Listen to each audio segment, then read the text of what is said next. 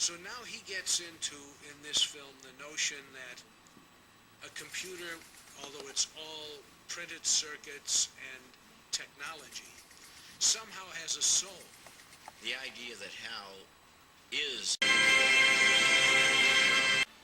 as far as I'm concerned, predicted the future, not simply of space travel, but of the nature of the human soul. It's puzzling.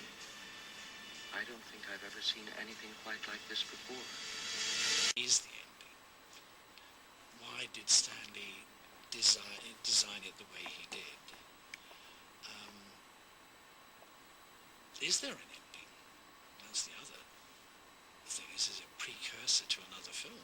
Is it really the ending? The Star Child? Is the Star Child the beginning of the next evolution? Yes is the answer. Yes, yes, yes, and yes is the answer to all those theories.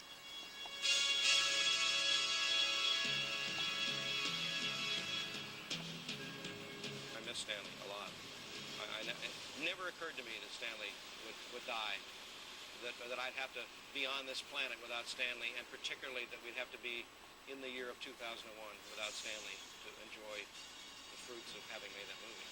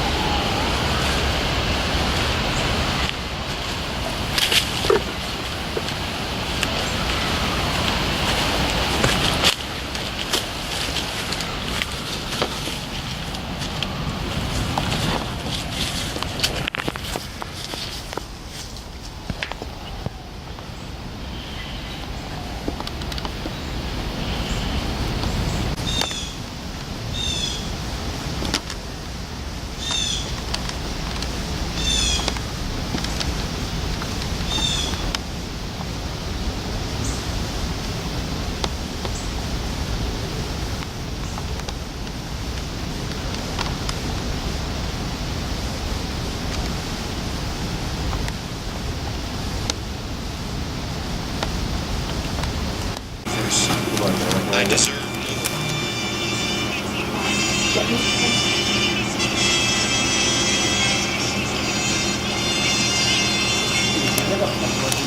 Like the few privileged others on Wall Street. How many?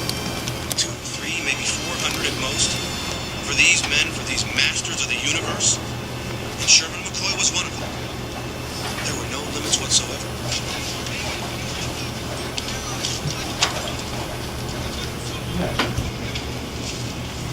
Hi, this is 555-8771. Leave a message and I'll call you back. Thank you. Maria, where are you? I've been trying to reach you for days. Gene's on from London. Let's go. Let's go. Let's go. Calm down, Ron.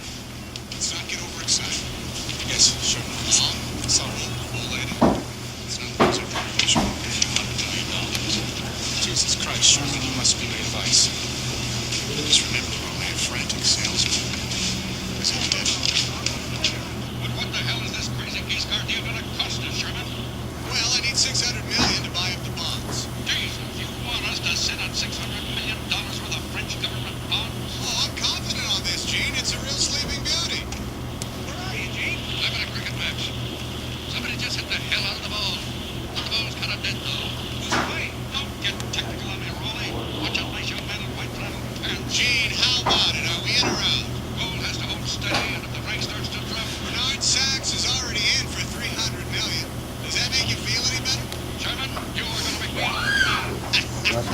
band, Gene.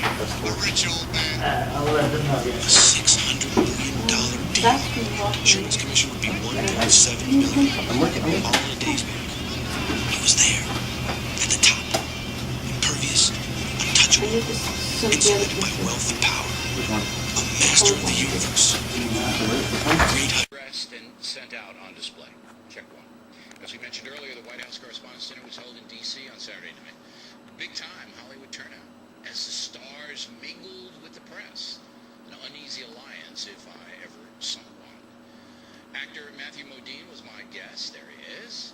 He's a great guy, does good work for the Wounded Warriors, for the environment, for children at risk. I also had an extended conversation with our pal Ludacris. He has a charity for kids, and we are checking that out at his request. Now, most everybody behaved, except for comedian Wanda Sykes, who got a little carried away. More on her in a moment.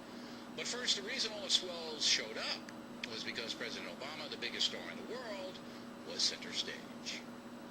When I think about children, obviously I think about Michelle, and it reminds me that tomorrow is Mother's Day. Happy Mother's Day to all the mothers in the audience. I do have to say, though, that this is a tough holiday for Rahm Emanuel because he's not used to saying the word day after mother.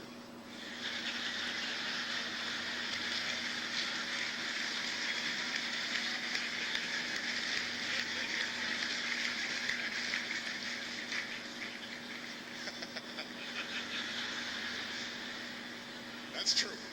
Dick Cheney was supposed to be here, but he is very busy working on his memoirs, tentatively titled How to Shoot Friends and Interrogate People. All this change hasn't been easy. Change never is. So I've cut the tension by bringing a new friend to the White House. He's warm, he's cuddly, loyal, enthusiastic. You just have to keep him on a tight leash. Every once in a while he goes charging off in the wrong direction and gets himself into trouble. Enough about Joe Biden. The president was funny and handled himself well. Check two. Comedian wanted media.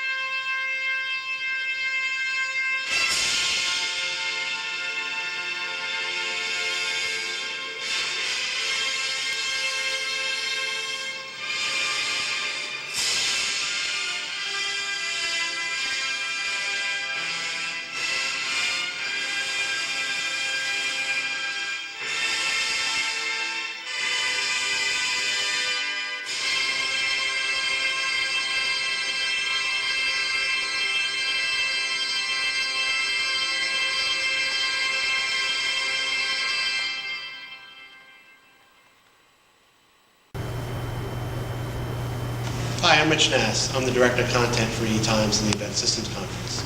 I'm here with Dr. Kaku, who was the keynote address speaker for the Embedded Systems Conference in April out in San Jose. Dr. Kaku, it's an honor and privilege to be here with you in your classroom. We're in one of the planetariums at City College in New York City. Okay. So Dr. Kaku, what direction do you think you should take a talk where you're addressing the people who are creating technologies in the future? I'll be talking about the next 10 to 20 years of the future. I'm a physicist. We're the ones who invented the laser. We invented the transistor. We helped to build the first electronic computer. We helped to create the internet. We wrote the World Wide Web. And now we physicists are inventing the next 10, 20 years into the future. And it's going to affect the nature of the economy itself. people ask the question, well, what can you do for me? What have you done for me lately? And the answer is everything. We technicians have created the architecture of the 20th century. We're now building the architecture of the 21st century. And this is also going to affect the job market. It's also going to affect value, what is going to be expensive, what is not going to be expensive. We're making the transition from commodity-based capital to intellectual capital.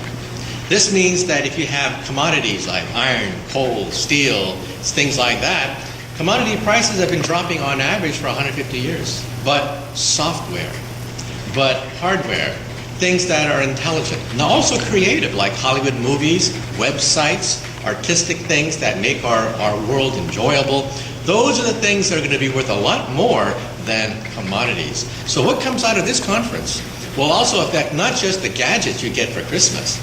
It's going to affect what you do for a living. It's going to affect the economy itself. Because we are making the transition now to intellectual capital. And the good news is, the people in this audience are among the winners. The winners, because they are the forefront of intellectual capital, which will be the foundation of the future.